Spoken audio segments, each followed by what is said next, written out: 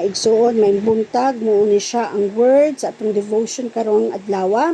Philippians chapter 4 verse 6.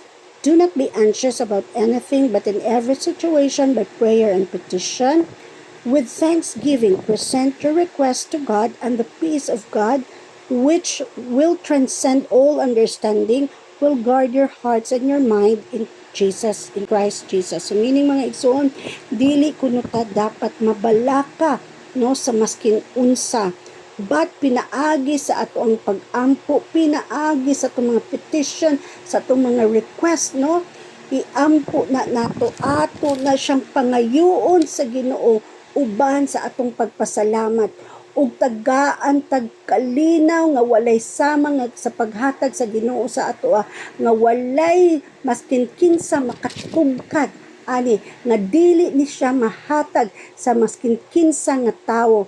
And kani nga peace nga ihatag sa ato sa Ginoo, mo ni siya magapanalipod, no, magagard sa ato ang kasing-kasing ug sa atong hunahuna, no, pinaagi sa atong pakighiusa sa atong buhi nga Dios nga si Jesus Christ. Amen.